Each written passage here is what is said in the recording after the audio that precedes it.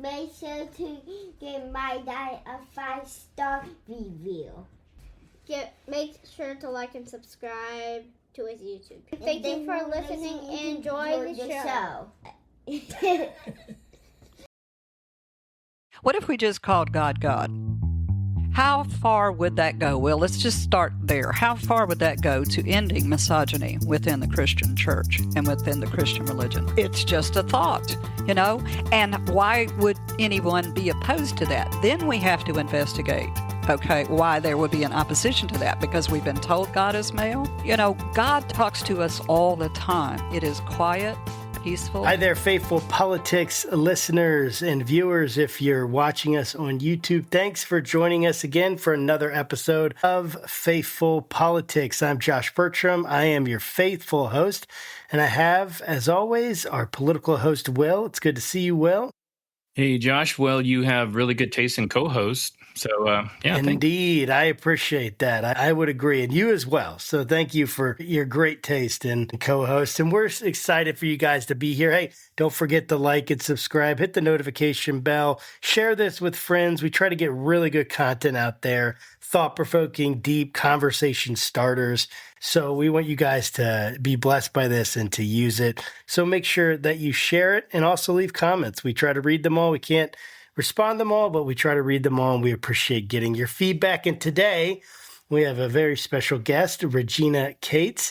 Regina V. Cates, she is an author, activist, and podcaster dedicated to guiding individuals towards leading heart-centered lives. She co-founded Romancing Your Soul, an organization that inspires people to live with love, compassion, and purpose. She also hosts the Lead with Your Heart podcast, offering practical advice on improving relationships and communication and personal boundaries. She earned a bachelor's degree in teaching from Sam Houston State University and a master's in public and private management from Birmingham Southern College. And through her work, she has encouraged and continues to encourage individuals to take responsibility for their actions, words, and thoughts, fostering beneficial change in their lives. And she's written several books, and today we're excited to talk to her about her latest book, The Real Conversation Jesus Wants Us to Have, which is scheduled for publication in March of 2025. Regina, thank you so much for coming on the show and being with us today. Thank you, Josh. Thank you, Will. Pleasure to be here with you. Absolutely. And the pleasure is all ours. And so I gave a little bit of an introduction there, but I'd love for you to kind of fill in some of the gaps that you would like to kind of tell us a little bit of your story, Reader's Digest version, and then get us to why are you writing books about real conversations that Jesus might want us to have? Oh, my goodness. Well, I am an author. I'm an advisor. I'm an activist. I have done podcasts in the past. I'm no longer doing those actively, but those episodes are out there for the world to hear forever, which is great. Thank you for mentioning them. I wrote this book specifically, Josh, because growing up in the church, fundamentalist Christian church in the southern part of the United States in the 1960s, South Texas, I sat in the pew every Sunday and listened to how horrible I was because I'm gay. I was about 4.5 years old when I knew this. I cannot explain to you. You could give me $3 billion. I would take it, but I still couldn't tell you how I knew at that young age that I was just different. But every week I was subjected about 4 or 5 times to listening to how horrible I was. And yet I had to make sense of Jesus loves me, loves all the little children in the world. So after about 60 years of life, I decided to go ahead and put this on paper. And I've done that for everybody who has ever had a question about how they fit into organized religion and how that aligns itself with the heart of Jesus. Because I have found in my experience, Josh, just to be honest, they don't always align the way that they need to. I really love that. And thank you for telling us. We spoke with another pastor, Brandon Robertson. He's a gay pastor up in New York. And he was also talking about how he kind of wrestled with these two things. He grew up in like a conservative and like environment, but then turned out very different and just was having to kind of like wrestle with like who he was as a person and what he knew as Jesus. Can you talk a little bit more kind of just about like how you came to the realization that despite what you're hearing from man, that you knew Jesus really did love you? It took a while, Will. Thank you. It wasn't like an overnight, oh, okay, I'm 5 years old now and Jesus loves me and it's going to be great. It took, as I describe in a book, a short stay in a psychiatric hospital because my parents committed me there because I was gay. And it took many, many years of learning to accept myself. And also it took defining who God is for me. And that took a moment for me to do that because I was taught that God is male, of course. Sorry, guys, but it's true. So that's why we have misogyny to this day. We can talk about that at length if you'd like to. But I'd be happy to. But I had all of these questions, and it was hearing that Jesus loves all the little children in the world, but not me. And that really got me on the path of thinking, well, why not? I was born this way. Why not? And then the 7 clobber verses came, and there was a justification for each one of those. But never were they put into context. Never were they put into the context of the society which created those verses. A society where women had zero power. Women were sometimes less than cattle. So certainly it was very difficult to even make sense of that as a small child. And I guess I'm just weird that way. I've asked questions all of my life. I was not a popular Sunday school person. I really wasn't. It was like always, well, wait a minute, why? I love that. Yeah, I don't know how popular of a Sunday school person I was either. I probably wasn't necessarily asking the same questions, but you do always kind of wonder, like, hey, why is this happening? And then when someone just says, well, because the Bible says so, or because I say so, it just doesn't quite work. And so I totally get that. And I really appreciate your authenticity when it comes to that. I can tell and I know that your journey obviously has shaped so many of the themes in your writing and your work and your book. Maybe give us even some more specifics on how your faith journey shaped the themes that you're exploring in the book? I think my entire life has been a journey of questioning so many things within our society. As a woman, I don't have autonomy over my body. Why is that? As a woman, I don't make as much money. Why is that? As a woman, I was always told to lose at sports so boys could feel good. And I was a really extraordinarily athlete, so I just said, that's not going to work out for me. I think that just observing society, and I say this, Will, because I grew up in the 1960s in the south part of Texas, and so I had a firsthand view from my parents and everybody around me about how we treat people differently, and I couldn't figure out why. Josh, to answer your question, basically, I think that I've just observed my life and observed other people, and I've observed what I heard in the church, and I always tried to make sense of it, and so much of it just didn't make sense to me. The black family was not welcome. Why? See, and I wanted to know why. Why wasn't the black person welcome? Why wasn't the woman welcome? Why was that I had to sit there and listen to a man be excommunicated from the Church of Christ because he got a divorce from his wife? I was a little incorrigible child, and I think that we all need to be incorrigible children if we're going to love Jesus the way that Jesus loves us. And that's tough. That's a tall order. And I think the first thing that Jesus wants us to do, and that's why it's called the conversation Jesus wants us to have, is to ask the hard questions, imagining that he's sitting right next to us. So there's no BS going in here. There's nobody interpreting for us what scripture should be. It's just a conversation with the man himself. Recently there was, when religion is in the news, it's either because they're trying to force it on you, or they want to, critique messages that don't comport with the way that they think about things. There was a bishop recently in DC, Bishop Marianne, and, kind of on the topic of, hey, the real conversation Jesus wants us to have, like if Jesus were listening to the conversations happening right now on both sides, like how do you think he would view it? As a person that knows Jesus, I'd love just to kind of get your thoughts. I think that Jesus would have an open heart, and I think Jesus would listen to both sides. But I also believe very, very strongly, guys, for both of you, I believe this with all of my heart and soul, and Jesus would call BS on BS. He would. And I think that that's what happened, is that very loving and a gentle way it was said, this is what we know to be going on. This is not aligned with Christ. The message will never be received, I don't believe, in that particular setting or through that particular heart. But I believe that everyone else was the actual listener of that.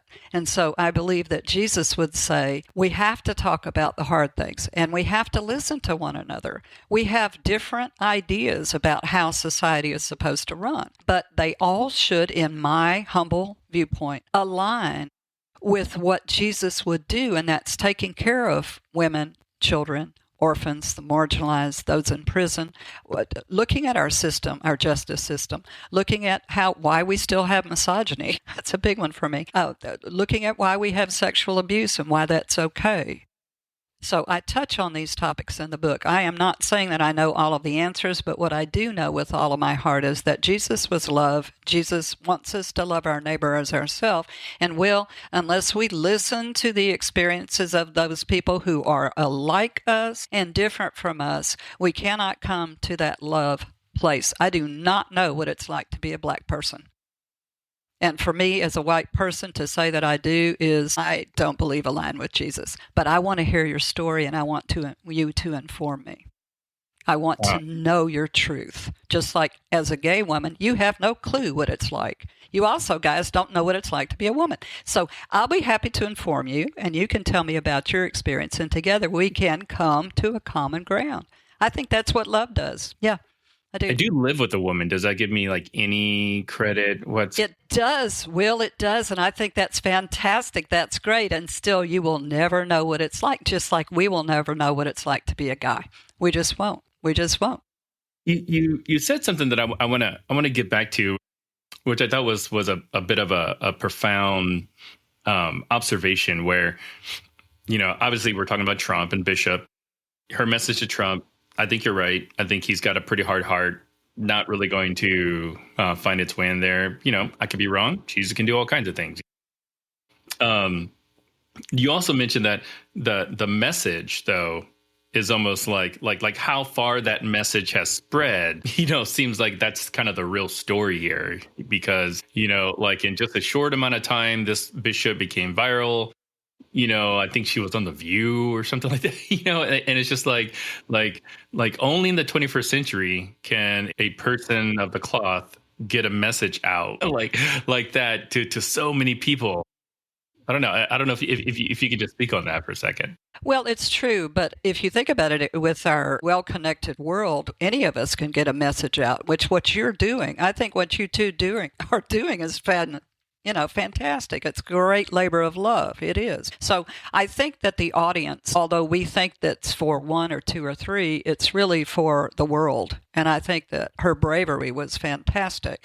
And I think that we need to understand there are certain people in the world that have been so, how do I say this? I believe that when someone has been so badly abused that they often just pass that abuse on. And I want to the world to quite understand that I have deep compassion for everyone who has been horribly abused. And I believe that family, there was a whole lot of abuse in it, as we see today in countless corners of the world. But that's not an excuse for putting that wounding on anyone. And that's one of the things that I think that this book can help. And that is that what is it that we're doing with our relationship to Jesus? And how are we walking in our faith so that we can stand up and stop the abuse with us, stop the self-abuse so that we don't abuse other people? That takes awareness, that takes great self-love, it takes great self-respect, and it takes doing the hard work. So she was courageous, she was brave, but we all need to have that bravery, even if it's in the privacy of our own home. Okay? Yeah, I like that. That's really good. This question keeps kind of like circling in my mind, and because I completely agree that you mentioned, if you don't know someone's story, if you don't know what's going on in their life, if you don't even have any data at all to try to really understand who they are, then you're not going to be able to get like to the threshold of being able to even start loving them, right? Because you don't know them. You don't, and you're going to make assumptions, right? About the way they live, what they think, how they feel, I remember the kind of assumptions that I would make when I was younger that I'd hear a lot in church when I grew up. And I had a pretty good church experience, to be honest with you. It wasn't terrible. I mean, there's a lot of stuff that I didn't like for sure. And even getting older and reflecting back on it even more, right? Like, oh, that kind of was not what I wanted. But I didn't have some of the kinds of experiences that some horrific experiences that some people had. And I never experienced sitting in church feeling like, oh man, I'm gay or I'm a part of a group that is essentially preached against. Mm-hmm. And I can only imagine how painful that was. And I guess the question that comes to my mind is when we're entering into these conversations, say something about, homosexuality and the clobber passages or something like that, right? Assuming that we've gotten each other's stories, that we kind of understand something about that, about each other. Where is the balance in wanting to influence the other person and be influenced by them in terms of like trying to find like some acceptable answer that we feel like honors God, that we feel like honors the authority of Scripture, if that's important to us, right? Honors each other. How do we work through that in those conversations, maybe when we have deep disagreements? Because my guess is that you and I probably have deep disagreements about what the Bible says about marriage, or maybe we do, maybe we don't. I don't know. We haven't really talk about that. We certainly can. Not yet. We still got 45 minutes, right? Excellent. But it's not.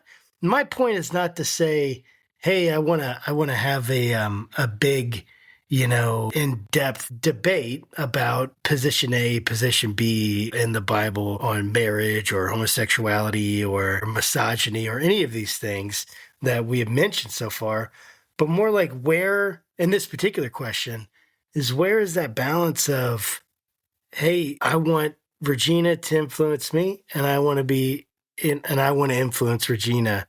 How do we get there? Does the question make sense? Yeah, absolutely, Josh. And I because I was raised in the church in a fundamentalist kind of atmosphere, let's set aside the gay woman part, okay? Because I was indoctrinated, and I use that word, to believe probably exactly what you were indoctrinated to believe.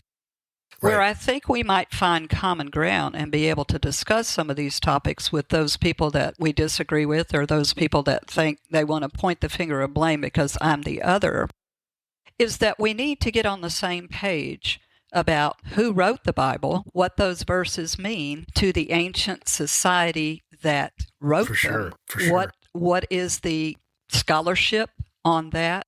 What is the scientific evidence on that being biological today? And if we can take out of this conversation and find the love in order to actually look at what we consider to be somewhat evidence to a certain extent, how many times has the Bible been translated? Why do the 4 books of the Gospels contradict one another about Jesus? And then if we start looking at these things, Josh, then, and that's what I did. And that's when I realized that Jesus is so much bigger than the Bible. He didn't write the Bible. He was a Jewish person. He went against his religious indoctrination, and he was the reason for Christianity. But the Bible was written, many, many years after Christ died. And I'll throw something else in here, that Matthew, Mark, Luke, and John were not written by Matthew, Mark, Luke, and John. And that's just something that I did in my research, that I read, that they were written by other people, but that the authors of the Bible thought that they would hold more credibility if they labeled them such. So, true or not, I don't know.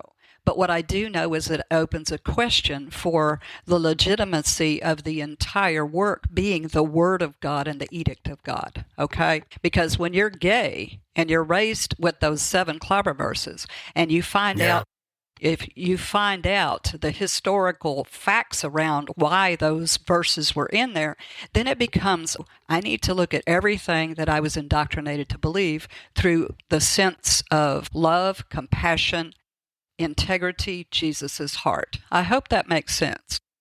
Yeah, I think it does. Okay, good.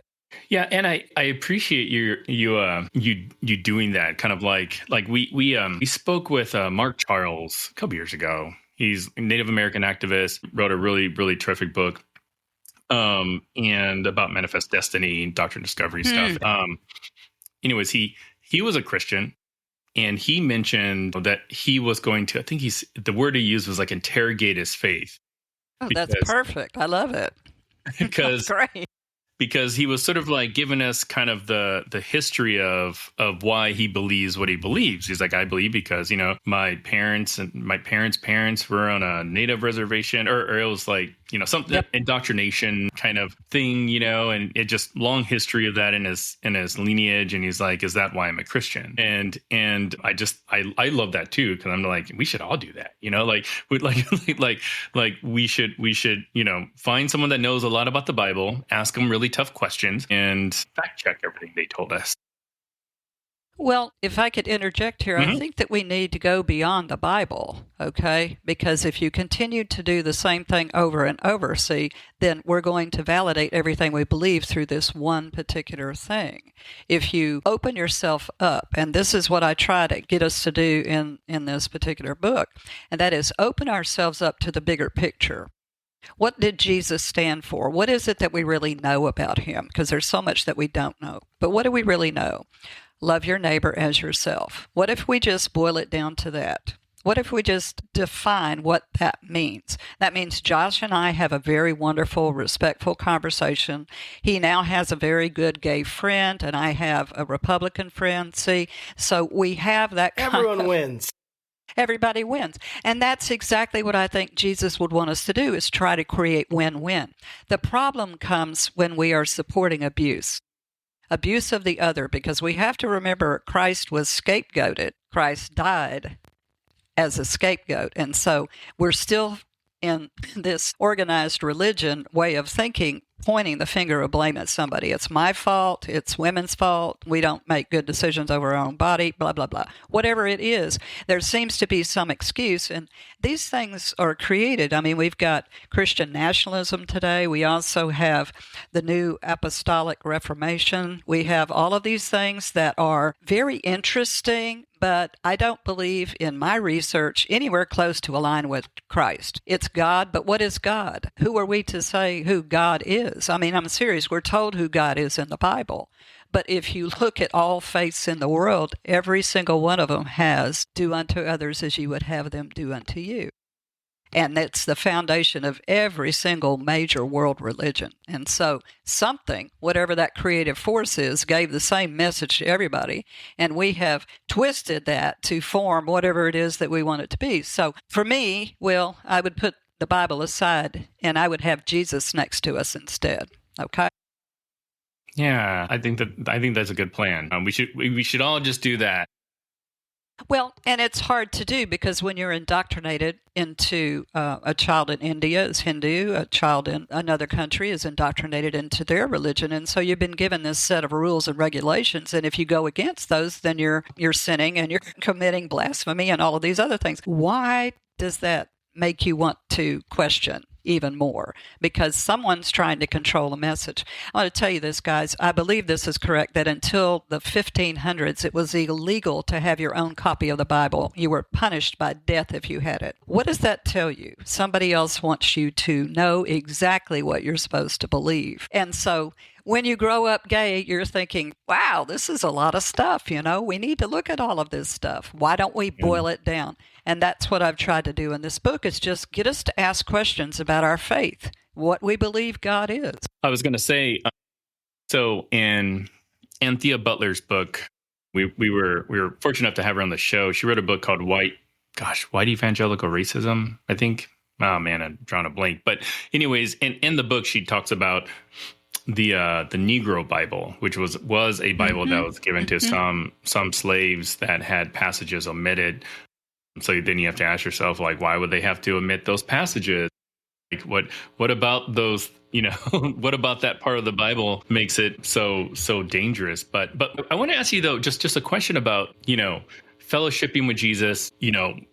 Setting the Bible aside and just focusing on Jesus, how do you know you've got the right Jesus? Because I think that there are some folks, kind of in the public space that feel like their version of Jesus is more correct than my version of Jesus. And I feel the exact opposite. I feel like my version of Jesus is the most correct version. So how do you know you got the right one and not some ripoff? Love your neighbor as yourself. We don't need to be armed with AK-47s. We don't have to have someone who proclaims to be Christ, someone who walks in the footsteps of Christ, okay? That means a person of integrity, person who respects women, person who's honest, person who could admit their mistakes. I mean, it's pretty easy for me to differentiate what that means. Also, going back to your other thing that you talked about, the Bible that's used in African countries among the Christians there has a lot more books to it, okay, than the Bibles that are used over here. There are certain books of the Bible that have been left out. The Apocrypha, very interesting to go into that. So that's another thing that we need to talk about if we want to put the Bible aside, because there's so much that has been intentionally left out. So that's how I would differentiate that, okay?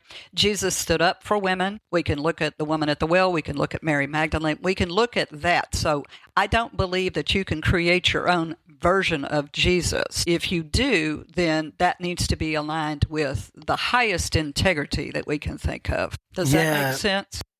Yeah, I think it makes sense. I mean, what I hear you saying is that there's this broad spectrum of views in the world, number one. There's several different sacred texts. So the first question is, how do we differentiate between one and the other? And how do we determine authority, if there is authority, and where does it lie? And then this sense of and the almost universal ignorance in many ways of how the Bible itself was produced. The historical process that went into it. And I think for some that can be, I think for everyone, it's an important thing to understand, because I think it is just part of reality. So wherever you fall on that, whether you fall on, I understand the historical process, and I think that the Bible we have as Protestants is the one that we're supposed to have with the 66 books, and I understand that, and and I have my reasons, and now I'm moving on. Or if it's I need that plus the Apocrypha, then plus other books. Go ahead. Were you going to say something? No, I loved it, because I'm thinking, why are we making it so hard? Why are we making it so difficult? And I don't mean you and me, sweetie. I'm talking about why has it always been so difficult? Because from the very beginning, people took the preachings of Jesus and they turned them for their own advantage. And we see that today. And that's where I think that we need to have a spiritual revolution and evolution in Christianity. That's the whole reason I wrote the book. I love Jesus very much. I love God now that I understand my concept of God that I gained through discussions with an atheist. So how's that, Joss, for having fun? He's my best friend. It's great. And I just love him to death. And he is one of the most special men that I've ever met. He's 6 foot something, and he's got this little teeny tiny wife, and he's wonderful. He's very courteous. He loves women. He does not believe in God. He's supportive of me. He's just fantastic.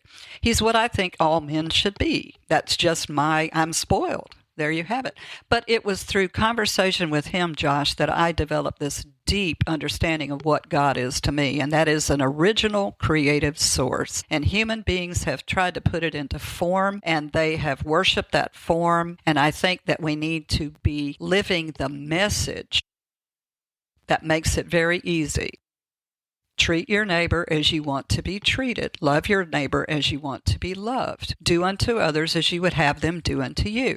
But here's the secret, guys, if you want to know, and another reason that I spent so much time putting my heart on paper is that we have to love ourselves first before we can even begin to love anybody else. I was told that was selfish. I had to love Jesus and God, and one day I woke up and I went, how? How do I love something that I cannot touch and see and feel if I don't love the thing that I can? And so my life, my first book, Lead With Your Heart, was about my journey of learning to love myself. Because only when I do that am I able to express love for you, Josh, express for you, Will, and be able to hold space for you to believe what you want to believe and try to help us come to common ground about what it means to actually be love in action, which is what Jesus was. It's pretty simple, actually. Yeah. I mean, I think that we definitely overcomplicate everything. And, I always feel a tension inside when I talk about the Bible, because I really love the Bible, but my views of the Bible have certainly shifted, although I would still probably consider myself, and probably would be considered, by anyone really hearing me, to be pretty conservative in it, and pretty, still believing in the authority and inerrancy, nuanced, I would have to add, because I do think that is a very much a misunderstood concept, even if I don't even know if I totally understand it. And but I always feel this tension, because it's like I'm trying to figure out, okay, God, I want to be able to live the life that you've asked me to live. And I also, as a pastor and teacher, someone who feels called into this, I want to be able to teach in a way that is respectful, but in a way that also isn't just respectful and setting aside any elements of challenge, any elements of, hey, you need to change, this part of you needs to be brought in submission, whatever it is. And there's a lot of different ways in which we're challenged by it. I'm constantly challenged in my life by the teachings of Jesus and all of that. And one thing that I'd love for you to talk about is this idea of these conflicts with Jesus' ideal that you see in the institutional Christianity of today. And I would love for you to you've mentioned them, but even if in this question as just, systematically as you can, what are those conflicts with what Jesus taught, with what he showed us? And yeah, just kind of describe that divergence. I would love to hear that. Well, I've written a book on it, for sure. And in a nutshell, we are a misogynistic society. Why is that? Control. We want to control women's bodies. Why is that? Control. Why are we focused on prosperity gospel when we have people that are homeless? Why is it that we are trying to dominate the planet when we are to be good stewards of the earth? So there's so much that I address in this particular book. And again, I haven't written a 3,000 page book. It's very short. It's 200 pages, a few more words than that, but 200 pages. But I talk about these things, and why isn't it that we haven't addressed misogyny? What is about that? What is the fear of letting women who Jesus loved be an equal partner in society, and an equal partner in decision making, and an equal partner in government? I talk about politics. I talk about the institutionalized religion that has taken over our political system, and that's not how it's supposed to be in our democracy. And what is the motivation for that, Josh? See, we have to go back and we have to look at the motivation. And I think that helps me tremendously separate what Jesus would do from what ego would do, okay? For me, the 40 days in the desert when Jesus was over there wrestling with whatever is called Satan, but that was an egocentric desire to rule, an egocentric desire to be in charge, to be special, to be whatever. And overcame that. Isn't that our goal too, to overcome that so that we can actually walk in his footsteps? We are not born sinners, Josh. We develop that skill on our own, okay? And we really do. I believe that. Because as a little teeny child, as 4 years old, sitting in church, I was not a sinner. But I was already told that. So if you're programmed into believing that, look at all of the emotional wounding that it's doing. I talk about that also. I talk about how we have to love ourselves first in order to love Jesus, love God, love our neighbor. Because how do we express love for God? By loving our neighbor. That doesn't mean that we agree with our neighbor at 2 o'clock in the morning when he's going on a binger, and he's shooting off his gun or doing whatever. It means that we need to do something in order to protect ourselves from those people that push their rights too far.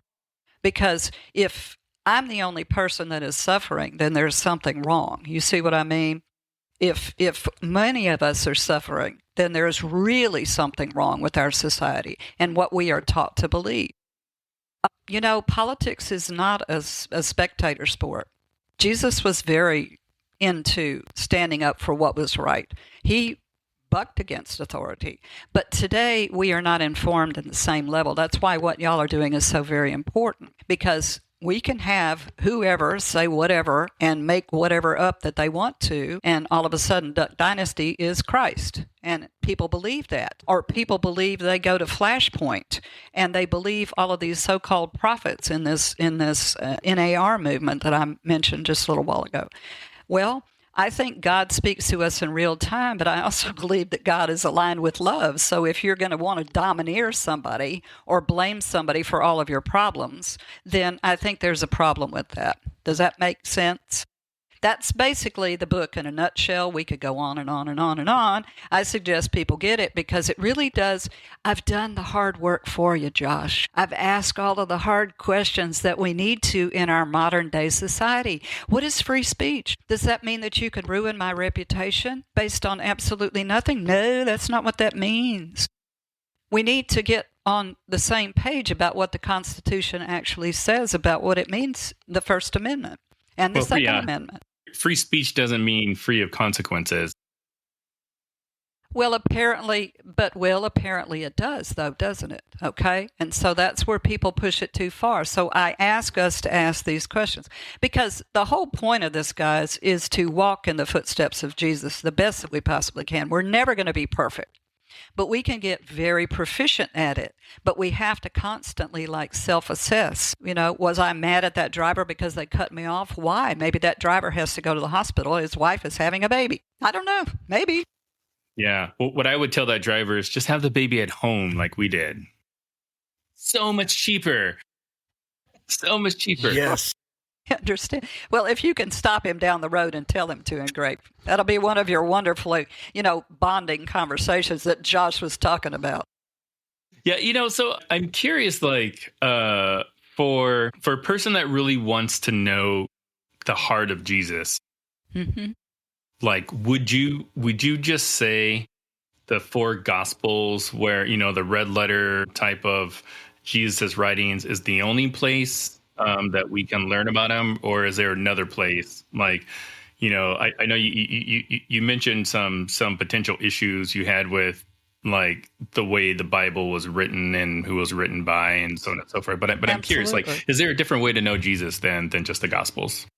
Sure, absolutely. I think that when you have conversation with someone that's heartfelt, that's Jesus is in the room. I think that when we love our neighbor as ourselves, Jesus is in the room.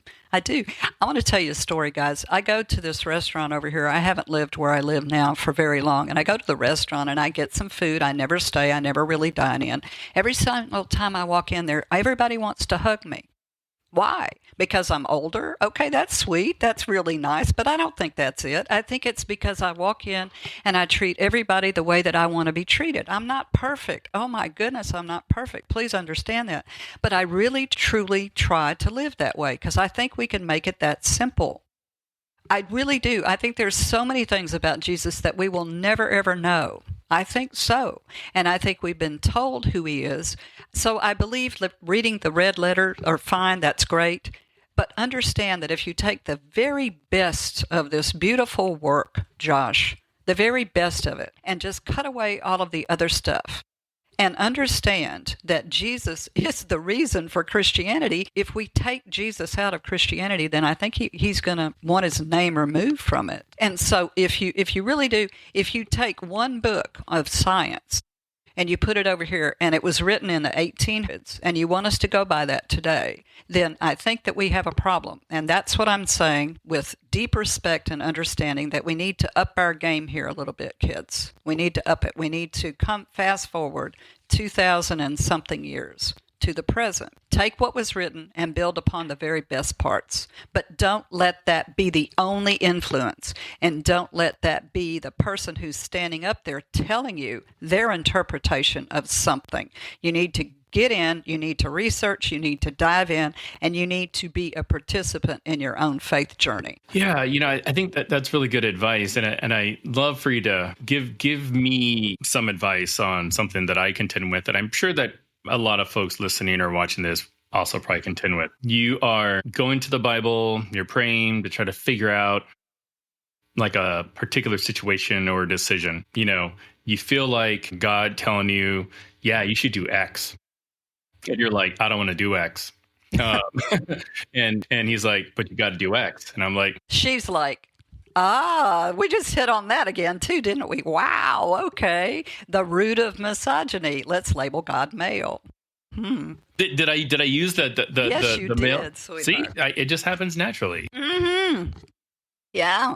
But how do you, okay, so I'll just use that example. Let's just say I am a misogynist. I'm not, but let's just say and I'm like, I want to keep using, the male pronouns because like God the Father, and I pray, and then through my praying and reading, I'm like, you know what, that Regina is probably right, but I'm not going to do that, or I don't want to do that. So how do you overcome, like that hesitancy to do what God wants you to do when you don't really want to do it? Well, I think that's the human ego and the human will. And if you believe that God gave you free will, then you're able to do whatever it is you want. But here's the rub. Will you actually have the relationship to the divine? See, we can just call God God. We don't have to call him him. We don't have to do whatever. We can get into that Henry VIII wanted, the Lord's Prayer written for him. And so, we've got all of that translation and stuff. But what if we just called God God? How far would that go? Well, let's just start there. How far would that go to ending misogyny within the Christian church and within the Christian religion? It's just a thought, and why would anyone be opposed to that? Then we have to investigate, why there would be an opposition to that, because we've been told God is male. God talks to us all the time. It is quiet, peaceful. We know exactly what we need to do, Will. And I want to tell you what I find, and it's not for everybody, but I think maybe it will be. It's the connection to soul when we do what we know we need to do, and we overrule the justifications and the fear of our egocentric mind. I talk about that in the book, too. That had to happen for me, kids. This was not just like I came out of the womb and, wow, okay, great, I have no ego. No. I had a bunch of stuff going on, and I had to actually think about it. How does it feel to be egocentric, and how does it feel to be loving? And I choose loving. Will, every single day you have thousands and thousands of thoughts, and each one of those, if you're aware of each one of those, that's great, but you can make those decisions based upon what you know in your heart. Now, you might be lazy and not do it, but then there's going to be a consequence for that. And see if we can plug in that truth, that there's a consequence for everything that we do. It might not show up in a horrible way, but it might be something so small that we say, man, I wish I would have done that. And if we learn from that, then our faith journey is strengthened, I believe. At least mine has been. You read in the book about the sweat lodge, the Native American Lakota ceremony that I underwent. You talk about an amazing adventure of letting go of ego, to know that our body is very strong, but our soul, that connecting to the divine, is so much stronger. It really is. So that's my advice, Will. Follow the direction. It's peaceful. It feels like a mom and dad hugging you, saying, son, you got to do it. I'm sorry. It's going to be tough, but you got to do it. I mean, they're just so... The reason I love this conversation is, one, I really like talking to someone who feels very confident and has done the work and has done doing the research. The work, Josh. Doing the work. Doing Who's the work. Who's finished? I'm not finished. Who is doing the work? There you go. And committed to doing the work. Yeah. That's it. Okay. And doing the work. I do feel like, for all the differences in belief that probably you and I have, there are probably many, many that we do have the same. And I feel that kind of kindred spirit in the sense of, I want to continue doing the work. I want to continue doing the work. I want to continue to allow other people to influence me. I want to continue to engage with topics and ideas and concepts that maybe I'm not comfortable with, that I disagree with, and that really challenge me. But I do have to say, it is very uncomfortable, and that there's a cognitive dissonance that starts to come in. Yes, that's in the book very, too. very, very, very difficult. Very difficult. And I would love to hear some of your thoughts and advice from the book and from beyond. Well, what do you do with the cognitive dissonance? I mean, we have this desire to resolve it, right? We have this deep need to either resolve it or move on. No, I'm not saying you have to do that. I'm saying it seems to me there's this deep need to either I got to get this resolved, and if I can't get it resolved, I'm either going to stop thinking about it, move on from it, or I'm going to find an answer that's good enough, move on, and try, because I can't continue to live in the cognitive dissonance. How have you handled that? And what would you suggest for people that experience that? How do you keep doing the work when it's so uncomfortable? I don't think it's uncomfortable, Josh. That, there's a whole thing about being comfortable with being uncomfortable. Why are we uncomfortable? Is it fear? Is it fear of the unknown? Is it because we want to control this? What is it? See, that's the interesting part for me, because there is no fear on my faith journey. I'm not going to hell. I promise. I'm sorry. It's just not going to happen. Okay. Why? Because I've already been there. I have lived hell on earth, and I still do, because so many people point their finger at me. I'm the problem. I need to be taken care of when I compose less than 5% of the population. Okay? I mean, come on. So I have already been there, so I'm not scared of hell. I also believe that we create heaven here. If I'm blessed to go to some place that's better, that's fantastic, but I need to deserve it and not just go sit in church and say, oh, well, I'm going to go to heaven because I was baptized twice, by the way, just to make sure. All right, so I've got a twofer, okay?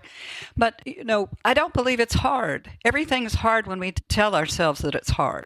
Losing weight is hard. Being polite to rude people is hard. Everything is hard when we tell ourselves that it is. What if we start telling ourselves that finding solutions to these things is really very easy if we stop trying to control everything? You see what I mean? It's a beautiful journey, but it's one-on-one, Josh. And it's overcoming fear to allow the love to come in. It doesn't mean that I'm not scared of an earthquake or of a fire when I lived in Los Angeles. It's not, I don't live in fear of those things, but I have a healthy fear when they happen. I'm not afraid of anything. Why would I be afraid? Jesus wasn't afraid. He wasn't excited to die. I can guarantee you, and he suffered like we can't even begin to imagine. But did he suffer more on the cross, or did he suffer because people betrayed him, Josh?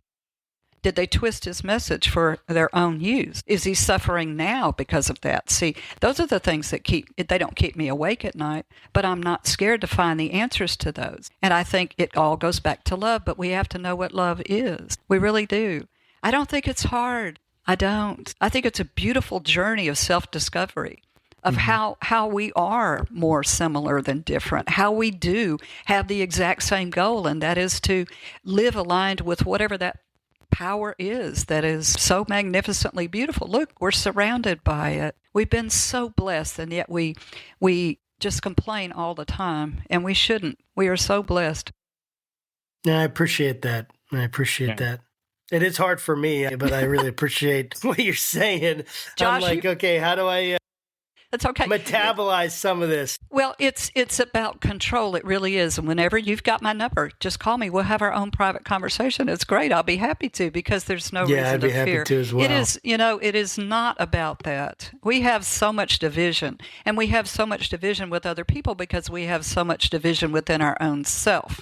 We're not supposed to have all of this angst about this stuff, guys. It's supposed to be easier, so that we can find the answers to the solutions that we face together as a human species. And Will, I'm going to go to this. There is no such thing as race. There is the human race, and every time I have to fill out a form, I put that down, because the biology of race, I forgot the guy's name, it's in my book, but there's black skin, brown skin, all sorts of different skin, but our skin color is the reason that we either are protected from the sun or we are not, okay?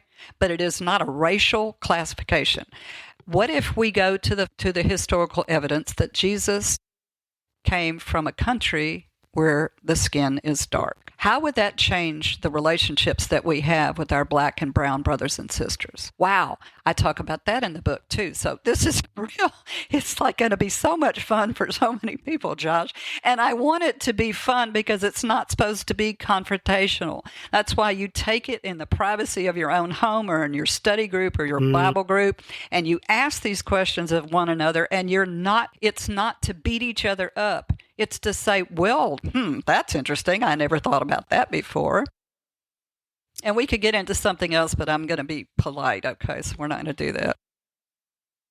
So for, I don't know, like there's a lot of disaffected Christians out there that are going through all the things, ex-evangelicals, deconstruction, if you read any sort of, like, PRI came out with a survey, basically saying that, like, there's been a pretty precipitous decline in church, basically the same thing today, right? In church attendance, over the past years. Mm-hmm. So why is that? Yeah. Wait, Regina. Sorry, my hand is up. Oh, yes. Thank you so much. I do. Well, I have something that's good for me, and that is where you go into an environment and you find out how crappy you are all the time and that you're supposed to hate this person, and this person. Why? What's the attraction? Okay? People want to feel that they're part of something, guys. They do, but people really resonate on love. But our society is not love-based right now, okay? We've got to tear down whoever is the pop star of the week or whatever. What the, people are going to have things to say about me. I don't care. Sorry, I don't. Forgive me for not caring, but I don't, because it's not productive to anything. It's not productive to politics. It's not productive to our society. We are not going to make it if we don't learn that this is not the way to go. Tearing someone else down, and that's what happens from the pulpit in so many churches, especially around the area where I've just moved, okay? It just happens. They're telling you who to vote for. They're telling you why women can't have rights. If you're always being told how crappy you are, then why do you think that there's an obesity epidemic? Why do you think there's a drug addiction epidemic? Why do you think, and I'm not saying that all of this is a result of religion, but I'm telling you that it's feeling disenfranchised from society. And if you've got a lot of people that are going to a church that tells you to believe a way, then it's going to spill over into their social life. It's going to spill into every single part of their being. That's why we've got to love ourselves. We do. We just have to start with ourselves first. And we can't have this division anymore. I don't care if you like cheeseburgers. I'm not going to eat one. But it's okay if you do. Yeah, it's good, because I really like cheeseburgers. Yeah. Excellent, Josh. We'll talk about your health and, the stewardship of the planet on our next time we talk, okay? But it's up to you, because you have to make those decisions for yourself. But you can't tell me that I have to. You see what I mean? Sure, yeah. All right, that's respect. Okay. It's interesting what you just said, because my wife and I had a conversation recently. It's like, we're in Virginia. It's been snowing a lot lately, and our kids are just starting to learn to walk to the bus by themselves. And I did the whole, like, when I was your age, like, and then my wife, very wisely, because she's the wise one, said, "Yeah, you really shouldn't do that, because it kind of reinforces that their opinions aren't that valid." And what you just said made a lot of sense, where it's like, you've already got a person walking into an environment where they're like, is this one of those churches? And then, like, will they love me for who I am? Mm-hmm. And then the pastor gets up there and gives a message saying, no, I don't love you for who you are, and then you're just like, okay, I gave the church thing a try. Well, I think that we're such a beautiful time in our human history, don't you think? I mean, I think it's just really wonderful, because we get an opportunity to look at all of the systems that human civilization has depended on for so long. War as a business, prisons as a business, economic inequality as a business and a way of dealing with people. I mean, we get to look at so much, and it can be overwhelming.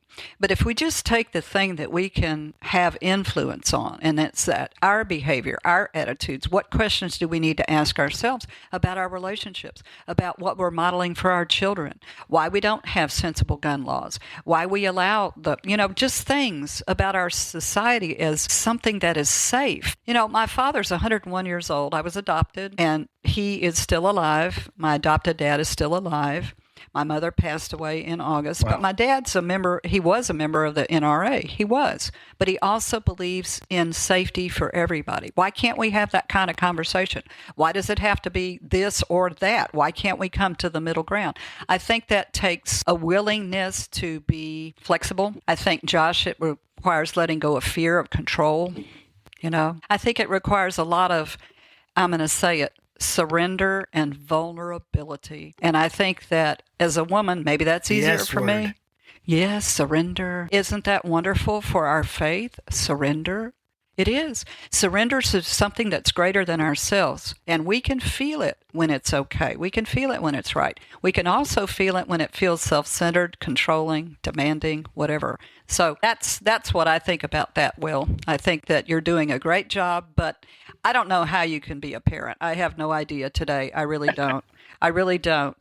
Neither do I. You and I are in good company, because like it's like, yeah, I could go on a tangent about this too, about like they don't teach you any of this stuff in school or anything, and then they expect you to like raise another human being. It's just like just do whatever. I mean, my wife fortunately went to school to learn like early childhood behavior, so like she is the resident expert, but that's probably not your typical household. Well, and I think that part of that, and I think you've brought up something that's very, very important. Well, you really have, because isn't parenting a child the most important responsibility that you can have? I believe it is. I think it's a blessing. I think it's a gift. And so you can't just throw it out into the world to survive in social media and everything that it's influenced by. You've got to be able to give it guidelines, and still there's going to have all sorts of junk that comes in.